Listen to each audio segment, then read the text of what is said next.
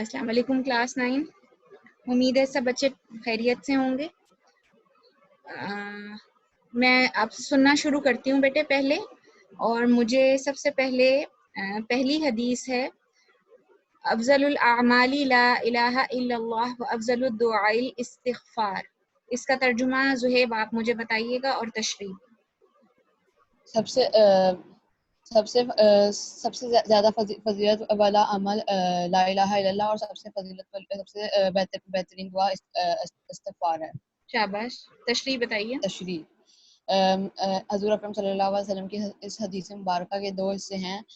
پہلے حصے میں اللہ تعالیٰ کی توحید کا اقرار کو فضیلت والا عمل قرار دیا گیا ہے، جبکہ دوسرے حصے میں استغفار یعنی اللہ تعالیٰ کے حضور اپنے گناہوں اور غلطیوں کی معافی طلب کرنے کو سب سے بہترین دعا قرار دیا گیا ہے.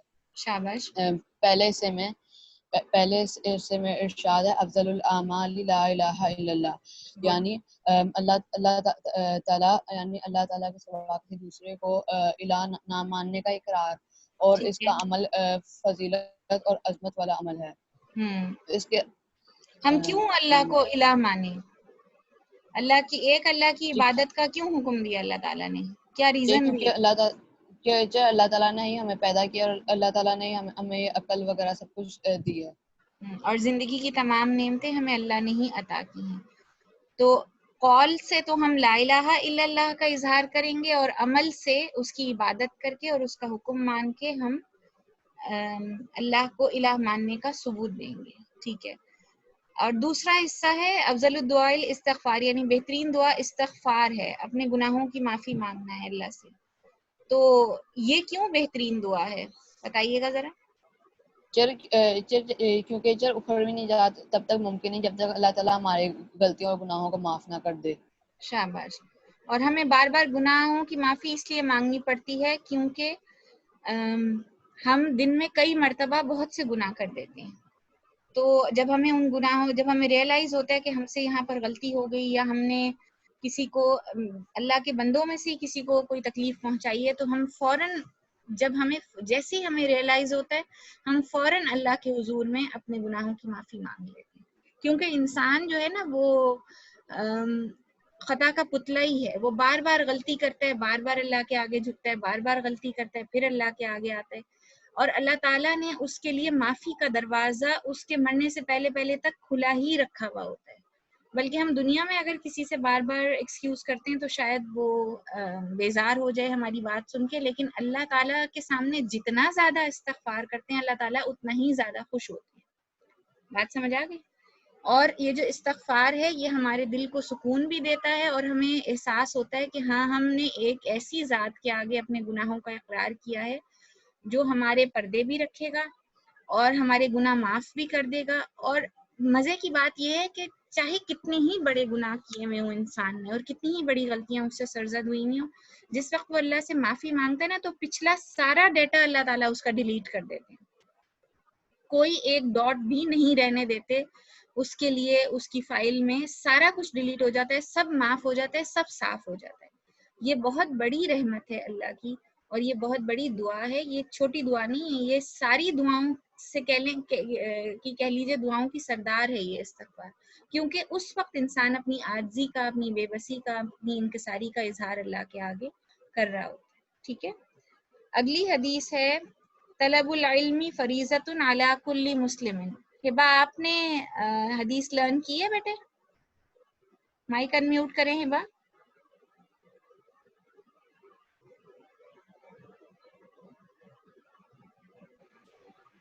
جی ہبا بتائیے، حدیث لرن کیا آپ نے؟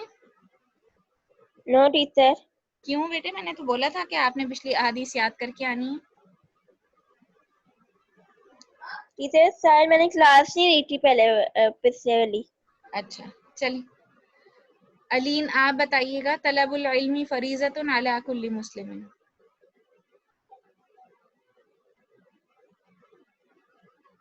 مائک انمیوٹ کر کے علین بتائیں بیٹا. ٹیچر اس کا ترجمہ بھی اور تشریح بھی. ترجمہ ہے علم کی طلب ہر مسلمان مرد عورت پر فرض ہے. ٹھیک ہے. اور تشریح ہے علم کے معنی ہے جانا اور آگاہ ہونا. انسانی فطرت کا بنیادی تقاضا ہے کہ اسے اپنی ذات اور کائنات کے بارے میں ہر اچھی اور بری بات کا علم ہو. اس کے بغیر نہ تو انسان ترقی کر سکتا ہے اور نہ ہی اپنے خالق و مالک کا قرب حاصل کر سکتا ہے. قرب کا کیا مطلب ہوتا ہے؟ جی بتائیں بیٹا. قرب کس کو کہتے ہیں؟ قریب کس کو کہتے ہیں؟ قریب ہونا. قرب قریب کو ہی کہتے ہیں. نزدیک ہونے کو کہتے ہیں نا. اللہ کے نزدیک، اللہ کے بہت قریب جب ہوتا ہے انسان، جب اس کو علم اور شعور ہوتا ہے اللہ کے بارے میں، اللہ کی ذات کے بارے میں. اور علم کو کیوں اہم قرار دیا اللہ تعالیٰ نے؟ مجھے یہ ایک کوئی بنیادی بات بتائیے بیٹا. یہ تو آپ نے چلے ایک تشریح میں بتایا نا کہ کیونکہ علم کے بغیر کوئی ترقی نہیں کر سکتا. ہاں جی، ایک تو وہ دنیاوی علم ہے نا جس کے بغیر انسان ترقی نہیں کر سکتا، اور ایک علم وہ ہے جو اس کو جتنا زیادہ وہ علم کے سمندر میں گہرائی میں اترتا جاتا ہے، اتنا زیادہ اس کو احساس ہوتا جاتا ہے کہ دنیا میں اللہ تعالیٰ نے کوئی چیز بے فائدہ نہیں بنائی، حتیٰ کہ اس کا اپنا وجود بھی بے فائدہ نہیں بنایا. اللہ تعالیٰ نے کسی نہ کسی حکمت سے ہر چیز پیدا کی ہے. اور جب وہ اللہ کی شان کے بارے میں، اللہ کی ذات کے بارے میں جیسے جیسے اس کو ادراک ہوتا جاتا ہے، جیسے جیسے اس کو معلوم ہوتا جاتا ہے، اس کے دل میں اللہ کی عظمت بڑھتی جاتی ہے. اللہ کی عظمت اور بلندی کا احساس اس کے دل میں زیادہ بڑھتا جاتا ہے، اس میں اضافہ ہوتا جاتا ہے. جب آپ کے دل میں کسی کی عظمت، کسی کی بڑائی کا احساس بڑھ جائے تو آپ کے دل میں خود بخود اس کے لیے محبت پیدا ہو جاتی ہے. اور یہ انٹر کنیکٹڈ ہوتی ہے بات. جب آپ کو اس کی عظمت، اس کی بڑائی، اس کے احسانوں کے بارے میں معلوم ہوتا جاتا ہے، آپ زیادہ اس سے محبت کرتے جاتے ہیں. اسی طرح اللہ کی ذات ہے، جب آپ کو اللہ کی ذات کے بارے میں زیادہ علم ہوتا جاتا ہے، آپ کے دل میں اللہ کی محبت زیادہ بڑھتی جاتی ہے. تو علم ہی وہ ذریعہ ہے جس کی وجہ سے ہم یا جس کے ذریعے ہم اللہ کی محبت اپنے دل میں زیادہ بڑھا سکتے ہیں. وہ اسی صورت میں بڑھ سکتی ہے جب ہمیں علم ہوگا. جب ہمیں علم ہوگا تو اللہ کی بڑائی کا احساس زیادہ بڑھ جائے گا ہمارے دل. ٹھیک ہے. اگلی حدیث ہے خیرکم من تعلم القرآن وعلمہ. عثمان آپ بتائیے اس کا ترجمہ اور اس کی تشریح. تم میں سے بہتر وہ ہے جس نے قرآن سیکھا اور دوسروں کو سکھایا. ٹھیک ہے. یہ تشریح قرآن حکیم کلام الہی ہے جس کا آپ مجھے موضوع پہلے یہ انسان بتائیں، آپ کتاب سے دیکھ کے پڑھ رہے ہیں یا زبانی سنا رہے ہیں؟ زبانی. زبانی سنا رہے ہیں. ٹھیک ہے، شاباش. پڑھیے بیٹا. کتاب میری یہ پڑھی ہے. ٹھیک ہے، گڈ. شاباش تو پڑھیے. قرآن حکیم کلام الہی ہے جس کا موضوع انسان ہے. کتاب محض نماز، قرآن محض نماز، زکوٰۃ کی تعلیمات پر مشتمل نہیں، شاباش. بلکہ انسانی زندگی کے ہر پہلو کے متعلق ہمیں رہنمائی دے. زندگی کے ہر پہلو کے مطابق ہمیں رہنمائی دے، چاہے وہ پہلو معاشی ہو یا معاشرتی ہو یا معاشرتی ہو سیاسی ہو. ٹھیک ہے. سیاسی ہوں. ٹھیک ہے، صحیح بتا رہے ہیں. اس کے بارے میں ہمیں رہنمائی کون دیتا ہے؟ سب کے بارے میں قرآن میں رہنمائی دی گئی ہے. ٹھیک ہے. ہم آخرت میں اس وقت تک کامیاب ہم آخرت میں اس وقت تک کامیاب نہیں ہو سکتے جب تک ہم اپنی دنیاوی زندگی کو قرآن اور حدیث کی تعلیمات کے مطابق نہ کر لیں. ٹھیک ہے. اور مطابق نہ کر لیں. اس کے لیے کیا ضروری ہے؟ ہمیں کیا کرنا پڑے گا؟ وہ تعلیمات سیکھنے کے لیے کیا کرنا پڑے گا؟ وہ کسی سیکھنے کے لیے چیز ہم کے پر عمل بارے میں، کرنا. ہاں نہیں، آپ کو کسی چیز کے بارے میں نالج لینا ہو تو یا اس کے مطابق اپنے آپ کو اس کو اپلائی کرنا ہو، کسی چیز کو اپلائی کرنے سے پہلے ہمیں کیا کرنا پڑتا ہے؟ کسی سے سیکھنا پڑتا ہے. بالکل ٹھیک بات ہے، سیکھنا پڑتا ہے، پہلے اس چیز کو سیکھنا پڑتا ہے. جیسے میں آپ کو اگزامپل دیتی ہوں، ابھی جب تک ہم اسکول میں تھے، فزیکلی جا رہے تھے، آ رہے تھے، جب تک ہمیں یہ ان اپلیکیشنز کے بارے میں نہیں پتا تھا نا، جو اب ہم آن لائن کلاس جوائن کرے ہوئے ہیں، ٹھیک ہے نا. لیکن جب ضرورت پڑی اور پھر یہ انٹروڈیوس ہوا پوری دنیا میں، تو آپ لوگوں نے بھی پہلے اس کو سیکھا نا، اس ایپلیکیشن کو کیسے اس کو لے کے چلنا ہے، یا ہمیں کیسے جوائن کرنا ہے، اس میں کیا کیا فیچرز ہو سکتے ہیں، یہ کیا کس طرح بینیفیشل ہو سکتا ہے، سیکھا نا اس ایپلیکیشن کو. اسی طرح قرآن پاک بھی وہ کتاب ہے، اس کو سیکھے بغیر اس سے فائدہ نہیں اٹھایا جا سکتا. کسی بھی چیز سے فائدہ اٹھانے کے لیے ضروری ہے کہ پہلے اس کو سیکھا جائے. تو قرآن پاک کو صحیح طرح سے ہم انڈرسٹینڈ کرنے کے لیے پہلے اس کو پڑھنا سیکھنا ہوگا، پھر اس کی انڈرسٹینڈنگ سیکھنی ہوگی، پھر آپ کا ذہن کھلتا جائے گا، پھر آپ اس کے اندر جو احکامات موجود ہیں ان کی حکمت کو آپ انڈرسٹینڈ کریں گے کہ وہ حکم کیوں اللہ نے نازل کیا ہے، پھر اس کے مطابق اس کو اپلائی کریں گے. اپلائی کرنے سے پہلے اس کے بارے میں نالج حاصل کرنا، اس کو سیکھنا ضروری ہوگا. ٹھیک ہے، ٹھیک ہے جی. اچھا، کوشش آپ لوگوں نے اچھی کی ہے اور سیریسلی اس کو لرن کیا، مجھے خوشی اس بات کی. اب ہم آگے پڑھتے ہیں. آج ہم نے حدیث نمبر 6 سے آن ورڈس پڑھنا ہے، جتنی بھی احادیث ہماری کلاس میں مکمل ہو جاتی ہیں. تو سب سے پہلے زہیب آپ پڑھیے، حدیث نمبر 6 ہے.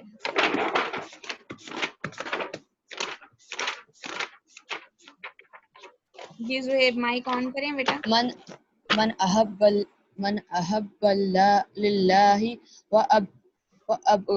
وابغض وأتى لله ومنع لله فقد استكمل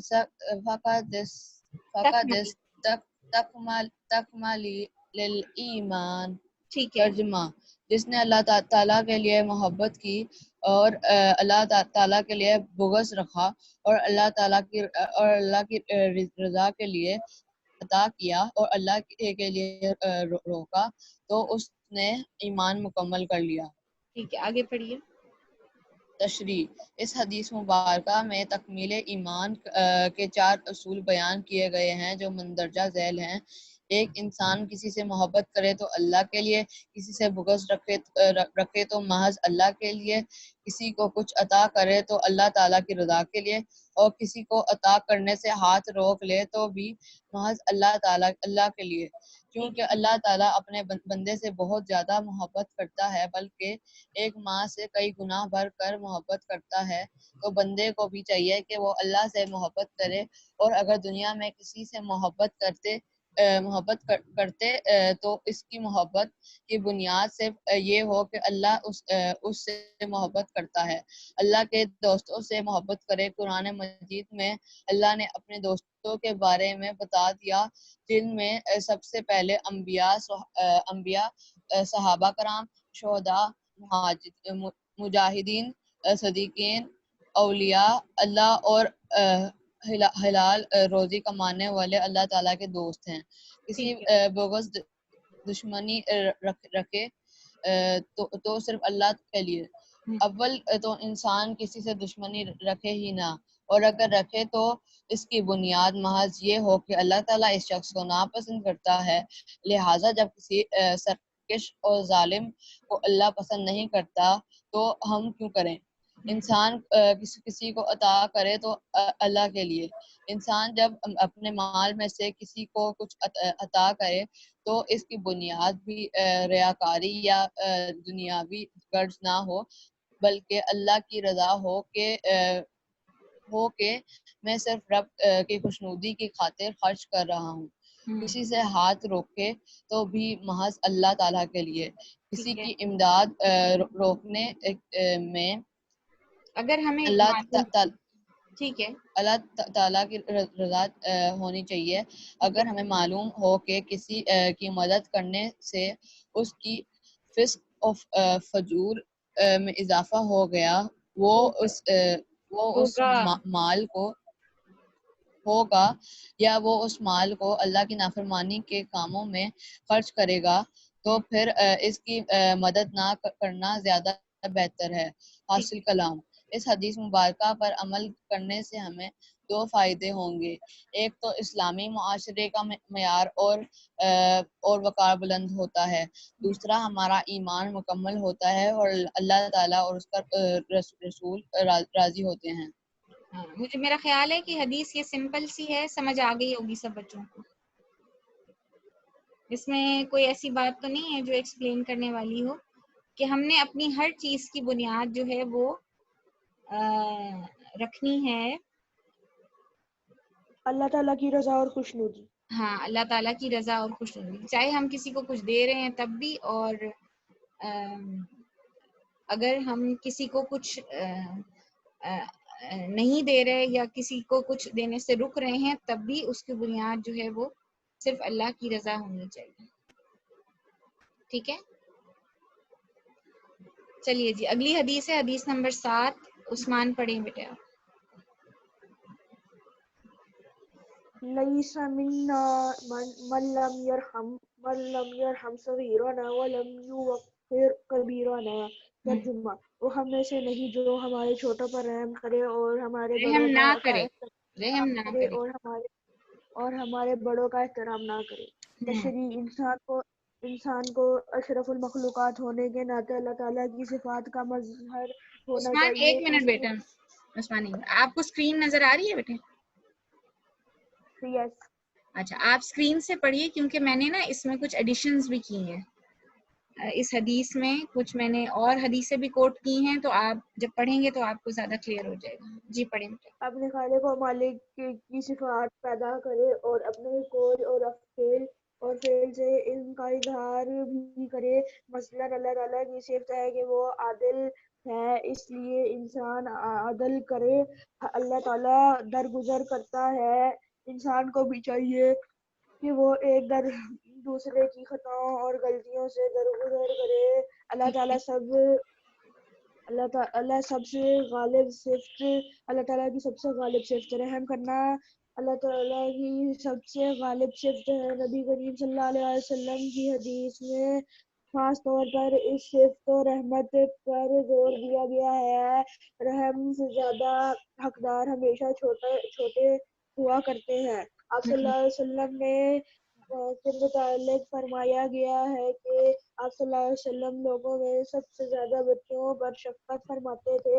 لہٰذا آپ صلی اللہ علیہ وسلم اس فرمان کے مطابق چھوٹوں سے رحمت اور شفقت کا سلوک کرنا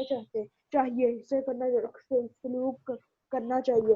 اس طرح اس حدیث کے مطابق بڑے بالعموم عزت اور تکریم کے حقدار ہوتے ہیں. ٹھیک ہے. آپ صلی اللہ علیہ وآلہ وسلم کے سایہ شفقت سے محروم لوگ. آپ صلی اللہ علیہ وسلم کے سایہ شفقت سے وہ لوگ محروم رہے جو چھوٹوں پر رحم نہیں کرتے اور بڑوں کی عزت نہیں کرتے. بچوں کو مناسب تعلیم و تربیت سے محروم رکھنا، انہیں شفقت سے محروم کرنا. ظلم یہ ہے کہ کرنا ہے. ٹھیک ہے آگے ہے پازز بھی ظلم دیکھنا یہ ہے سینٹنسز کے درمیان. جی پڑھیں بیٹے. ظلم یہ ہے کہ ان کی تعلیم و تربیت کے بجائے انہیں چھوٹی سی عمر میں جسمانی مشقت کے کاموں میں لگا دیا جاتا ہے. اس لیے ہمارے لیے ضروری ہے کہ ہم بچوں کی مناسب تعلیم و تربیت کا فرض پورا کریں تاکہ رسول صلی اللہ علیہ وسلم کی وعید سے بچا جا سکے. سے بچا جا سکے. وعید کس کو کہتے ہیں؟ ناراضگی، ناراضگی، تنبیہ، وارننگ یا کسی عذاب کی خبر دینے کو ہم وعید کہتے ہیں، اور نوید کہتے ہیں خوشخبری کو. ٹھیک ہے جی آگے پڑھیے.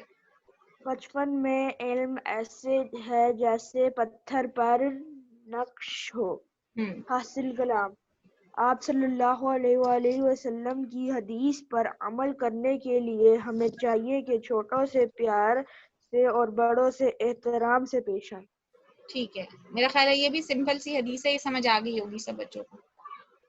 اس میں کوئی ایسی بات تو نہیں ہے جو پوچھنی ہے کسی نے؟ ٹھیک ہے آگے اگلی حدیث پڑھیں گی علیم، حدیث نمبر 8. الراشی والمرتشی کلاہما فی النار۔ ترجمہ، رشوت دینے اور رشوت لینے والا دونوں آگ میں ہیں۔ تشریح، اس حدیث مبارکہ میں رشوت لینے اور دینے والے کو جہنم کی وعید سنائی گئی ہے اور رشوت ستانی جیسی لعنت اور برائی کی مذمت کی گئی ہے۔ رشوت کا مطلب یہ ہے کہ کوئی ناجائز کام نکالنے کے لیے یا کسی پر ظلم کرنے کے لیے یا کسی کا حق مارنے کے لیے روپیہ پیسہ نذرانے کے طور پر دیا جائے۔ رشوت عام ہونے کی بڑی وجہ، رشوت کا چلن کسی قوم میں اس وقت عام ہوتا ہے جب عدل و انصاف ختم ہو جائے اور لوگوں کو ان کے جائز حقوق نہ مل رہے ہوں۔ کسی قوم میں کی یہ حالت اس کے معاشرتی بگاڑ اور ظلم کی ایک نہایت خراب صورت ہے۔ جس معاشرے میں انسانوں کے جائز حقوق کی راہ میں ظالم اہلکاروں کے ناجائز مطالبے حائل ہو جائیں، وہاں امن سکون بھلا کیسے قائم رہ سکتا ہے؟ اسلام نے حرام مال کمانے، کھانے اور اس کا لین دین کرنے سے منع فرمایا ہے۔ ابن ماجہ کی حدیث کے مطابق رشوت دینے اور لینے والے حاکموں پر اللہ تعالیٰ کی لعنت۔ ایک اور حدیث میں آتا ہے جس قوم میں رشوت کا چلن عام ہو جائے اسے ڈر اور خوف میں مبتلا کر دیا جاتا ہے۔ رشوت دینے اور لینے والے کا انجام، آپ صلی اللہ علیہ وآلہ وسلم کی حدیث کے مطابق رشوت دینے اور لینے والا دونوں جہنم کی آگ کا ایندھن ہے۔ یہاں پر توجہ طلب بات یہ ہے کہ رشوت دینے والے کا ذکر پہلے ہوا ہے، جس سے واضح ہوا کہ رشوت دینے والا بھی اس گناہ کی سزا سے نہیں بچ سکتا۔ رشوت ستانی کے معاشرے پر اثرات، جس معاشرے میں رشوت کا چلن عام ہو وہاں امن سکون تباہ و برباد ہو جاتا ہے۔ ہر طرف طرح طرح کی برائیاں جنم لیتی ہیں۔ حرام کی کمائی کی وجہ سے معاشرے سے خیر و برکت اٹھ جاتی ہے اور یہ معاشرے کا ناسور بن کر رہ جاتی ہے۔ رشوت کا سدباب، اس کے سدباب کے لیے ضروری ہے کہ حکومتی سطح پر ملازمین کی تنخواہیں معقول مقرر کی جائیں تاکہ وہ بآسانی گزر اوقات کر سکیں۔ اس کے پڑھیں علی۔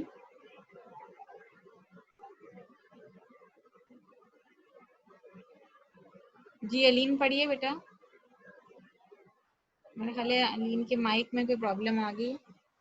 آگے مہرالنساء آپ مکمل کر دیں بیٹے حدیث، یا میں کر دیتی ہوں۔ اس کے علاوہ جو ملازم رشوت میں ملوث پایا جائے اسے سخت سزا دی جائے اور معاشرے کے تمام افراد اپنے اپنے حصے کا کردار ادا کریں اور اس بات پر سختی سے عمل کریں کہ نہ تو رشوت پیش کریں گے اور نہ ہی قبول کریں گے۔ اس طرح یہ لعنت خود بخود ختم ہو جائے گی۔ آگے پڑھیے، اگلی حدیث ہے حدیث نمبر 9۔ مہرالنساء آپ پڑھیں بیٹا۔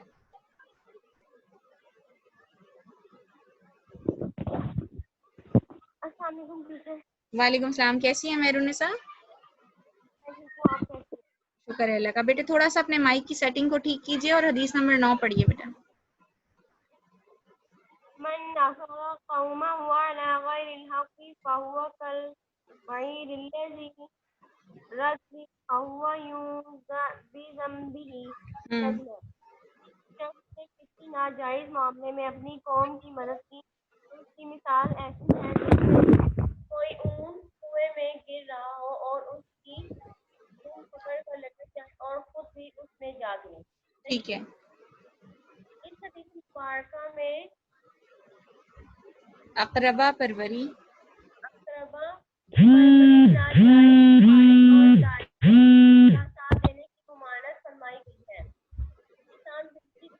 مہرالنساء اپنا مائک ٹھیک کریں بیٹا، آواز نہیں آ رہی۔ ہاں اب بہتر ہو گئی ہے، اب پڑھیں۔ اسلام زندگی کے ہر معاملے میں عدل و انصاف اور حق و صداقت کی قائم رکھنے کی تلقین کرتا ہے۔ کسی بھی معاملے میں ایسے قدم اٹھانے کی اجازت نہیں دیتا جس سے عدل و انصاف اور حق و صداقت کی ذرا برابر بھی خلاف ورزی ہو۔ ٹھیک ہے۔ اسلامی اخوت کی بربادی کا بڑا سبب، حدیث مبارکہ کی روح سے اسلامی اخوت کی بربادی اور اسلامی معاشرے کی تباہی کا بڑا سبب یہ ہے کہ جو شخص کسی جھوٹے اور ناحق معاملے میں اپنی قوم اور قبیلے کا ساتھ دیتا ہے تو وہ اپنی قوم کے ساتھ اپنے آپ کو بھی تباہ کرتا ہے۔ ایک مسلمان کے لیے دوسرے مسلمان کی مدد کا بنیادی اصول. اللہ تعالیٰ نے مسلمانوں کو آپس میں مدد کا اصول خود وضع کر کے بتا دیا، ارشاد ہوا ہے اور نیکی اور پرہیزگاری کے کاموں میں ایک دوسرے سے تعاون کرو اور گناہ اور برائی کے کاموں میں تعاون نہ کرو. ٹھیک ہے. قرآن پاک ارشاد ہے اور تم ایسے لوگوں کی طرف مت جھکنا جو تم کر رہے ہیں ورنہ تمہیں جہنم کی آگ چھوئے گی. ٹھیک ہے. اپنی قوم کی محبت اس وقت جائز ہے جب تک کہ آدمی دوسروں سے تعصب اور بغض نہ رکھے. نہ اس رکھے کا لفظ اور میں نے کئی مرتبہ استعمال کیا ہے. مجھے بتائیے بغض کا کیا مطلب ہوتا ہے؟ پچھلی بھی حدیث میں آیا تھا جو زہیب نے پڑھی تھی حدیث، اس میں بھی آیا تھا من احب للہ و ابغض للہ و اعطى للہ و منع للہ فقد استکمل الایمان. یہ بغض کیا ہوتا ہے بیٹا؟ کسی کو پتہ ہے؟ مہرونسا آپ کو پتہ ہے بغض کیا ہوتا ہے؟ نفرت. ہاں، کسی کے لیے اپنے دل میں برے جذبات رکھنا اور رکھتے ہی چلے جانا. مطلب اگر ہمارے دل میں مسلسل رکھتے چلے جانا، اپنے دل میں ان برے خیالات اور برے جذبات کو مسلسل جگہ دیے رہنا، یہ بغض ہے. مطلب آپ کا وہ بغض جو ہے نا وہ بڑھتا جائے گا اندر اندر اگر ہم اس کو صاف نہیں کریں گے. تو مسلسل اور مستقل اپنے دل میں بغض رکھے رہنا اور اس بات کا احساس نہ کرنا کہ کیا بات صحیح ہے کیا غلط ہے. اور بعض دفعہ بہت سے فیصلے انسان اس بغض میں اور اس اناد اور دل کی دشمنی کی وجہ سے بھی کر لیتا ہے، جس سے اس کو نقصان ہوتا ہے. یہاں پر اللہ تعالیٰ نے ایک اصول بتا دیا، وہ اصول ہم نے پڑھا ہے کہ ہر اس کام میں ساتھ دیں جو نیکی کا کام ہو اور ہر اس کام کو چھوڑ دیں جو گناہ کا کام ہو، چاہے وہ آپ کی قوم ہو، قبیلہ ہو، کوئی بھی ہو، اپنا کنبہ ہو، خاندان ہو. انڈرسٹینڈ؟ جی میں ہاں پڑھیے، اس کو مکمل کر لیں. کہ حق کا ساتھ دینا نہ چھوڑے، اگر وہ حق کا ساتھ دینا چھوڑ دے تو گویا وہ جرم میں برابر کا شریک ہے اور وہ مجرم کے ساتھ اپنے آپ کو بھی تباہی کے گڑھے میں گرا دیتا ہے. حاصل سلام. ہمیں چاہیے کہ ہم بھلائی اور نیکی کے کاموں میں قوم اور نسل یا زبان اور علاقے کی تفریق کے بغیر سچ اور حق کا ساتھ دے اور ناجائز کام میں کسی کا ساتھ نہ دے، چاہے وہ اپنا کنبہ اور قبیلہ ہی کیوں نہ ہو. حدیث نمبر 10 ہے ان اکمل المؤمنین ایمانا احسنهم خلقا. یہ پڑھیں گے عثمان پڑھیے بیٹا.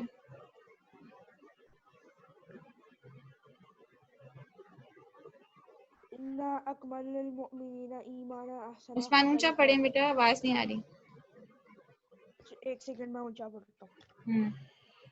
مائکرو فون ذرا آپ کا بہت زیادہ نا اسٹیبل نہیں ہے کیمرہ بھی، اور وہ کیا وجہ ہے؟ آپ خود اس کو موو کر رہے ہیں یا وہ آٹومیٹکلی موو ہوتا جا رہا ہے؟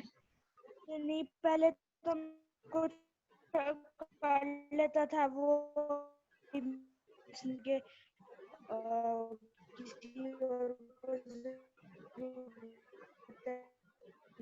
ٹھیک ہے، ذرا اونچی آواز میں پڑھے، مائک سیٹ کر کے بیٹا.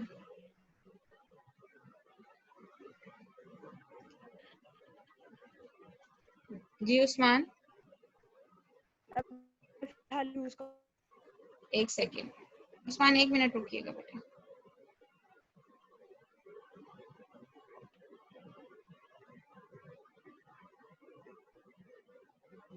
جی پڑھیں عثمان. اب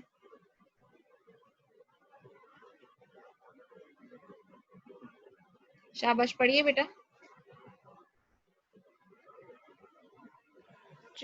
ترجمہ. یقیناً مومنوں میں سے کامل ترین ایمان والا وہ ہے جو ان میں اخلاق کے لحاظ سے سب سے اچھا ہے. تشریح. انسانی شخصیت کی اصل تصویر ایک آئینہ بھی اتنی صاف پیش نہیں کر سکتا جتنا اس کا اخلاق. جب ایک انسان دوسرے سے معاملات کے دوران حسن خلق سے پیش آتا ہے نہیں ہے بیٹا، یہ دوران ہے.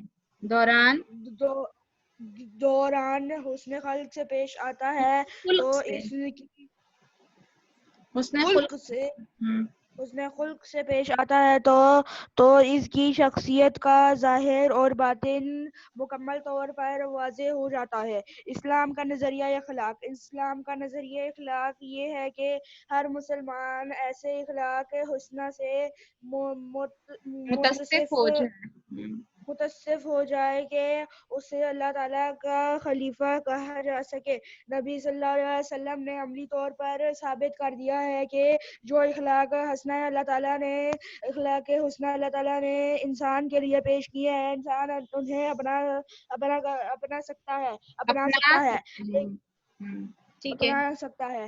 یہ ایک ایسا عمل ہے جس نے نہ صرف آپس کی نفرتوں کو محبتوں میں بدلا جا سکتا ہے، بلکہ دشمنوں کو دل میں بھی گھیر لیا جا سکتا ہے۔ اچھی عادات انسان کو دنیا میں بھی قابل تعریف اور اللہ تعالیٰ کے قابل عزت بنا دیتی ہے۔ اچھے اخلاق کے مومن کی پہچان ہے۔ آپ صلی اللہ علیہ وآلہ وسلم نے تمام زندگی حسن خلق سے ہی دعوت و تبلیغ کا کام اور اپنے بڑے سے بڑے دشمن کو زیر کیا۔ زیر کرنے کا کیا مطلب ہے؟ ہرا دیا۔ ٹھیک ہے، یا آپ بیٹے لہجہ تو ٹھیک کیجیے اپنا، کیسے بول رہے یہ کسی کے لہجے سے بول رہا ہے، یہ کسی کے لہجے سے بول رہے ہیں، اپنے لہجے سے بولے بیٹے، جو اللہ تعالیٰ نے آپ کو لہجہ دیا اسی سے بولے۔ جی پڑھیے آگے۔ حسن اخلاق دراصل روزمرہ زندگی میں اللہ تعالیٰ اور اس کے رسول صلی اللہ علیہ وسلم پر اپنے نفس مخلوق خدا کے ساتھ ایک مسلمان کے طرز عمل اور رویے کا نام ہے۔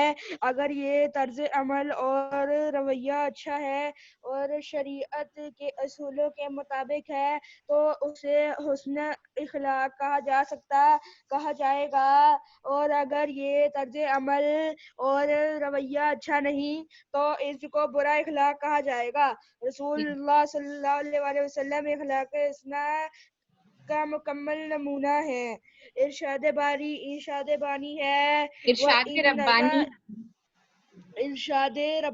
ہے وَإِنَّكَ لَعَلَى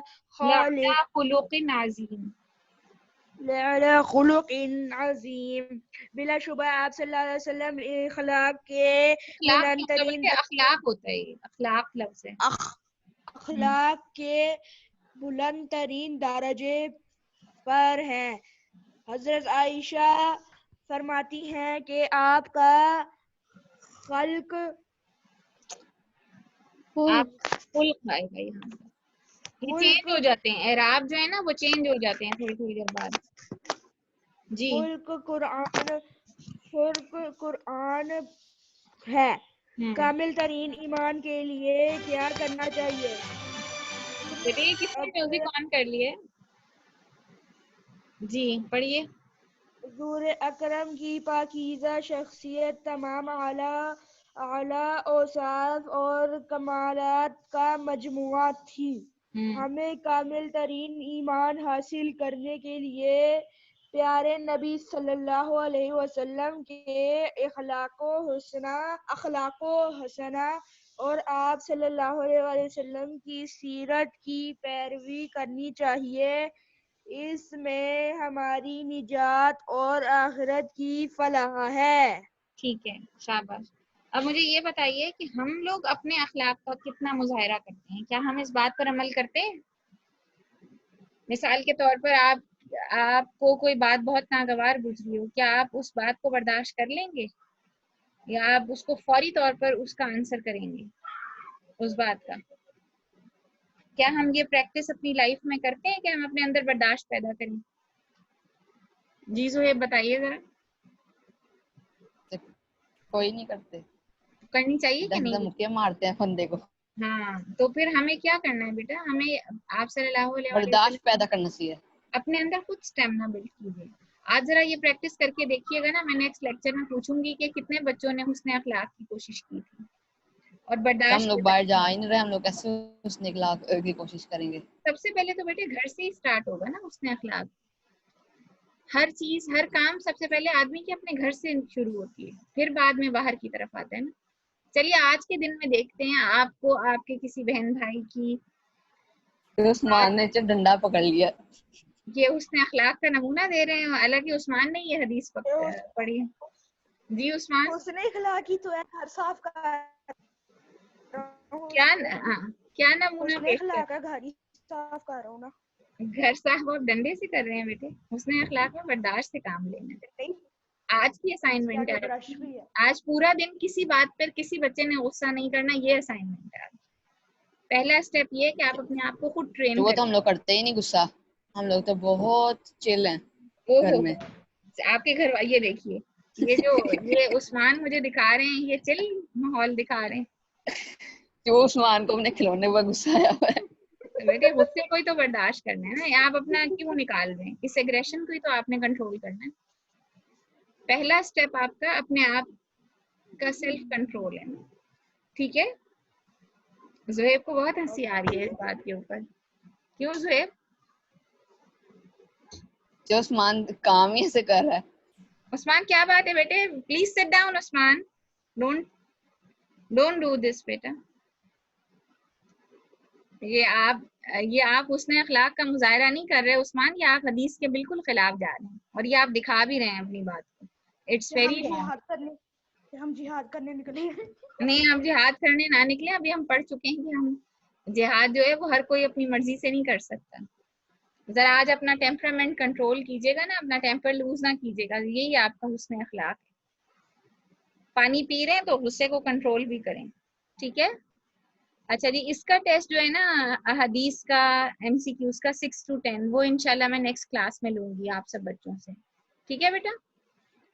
نیکسٹ کلاس کب ہے بیٹے اب جو ہے نا وہ نیکسٹ تھرسڈے کو میرا خیال ہے آف. ایم سی کیوز کون سے ہوں گے؟ یہ نہیں 6 to 10 احادیث سے ریلیٹڈ ہوں گے ایم سی کیوز. اوکے, جب ہم لوگوں کو یہ حدیث یاد کرنی پڑیں گی تو ایم سی کیوز بھی ساتھ ساتھ پریپیئر ہو جائیں گے. ہاں ساتھ ساتھ ایم سی کیوز پریپیئر ہوتے ہیں اگر آپ ساری احادیث لرن کر لیتے ہیں. اگر تو عید ہالیڈیز آ گئیں بیچ میں تو ڈیفینیٹلی عید ہالیڈیز کے بعد جو فرسٹ لیکچر آئے گا ہمارا, اس میں ذہن میں رکھیے گا کہ اس کا ٹیسٹ ہوگا آپ کا. جیسے میں نے آج احادیث سنی تھی ایسے پہلے احادیث سنوں گی, پھر ہم اگلا اپنا کام کریں. انڈرسٹینڈ جی؟ کسی کو کوئی آبجیکشن یا کوئی پرابلم ہے تو بتا دیں بیٹا. کوئی پرابلم نہیں ہے, ٹھیک ہے, تو لرننگ کر کے آئیے گا پراپر. چلو اوکے, ٹھیک ہے, ٹھیک ہے, تھینک یو بیٹا. اوکے, اللہ حافظ.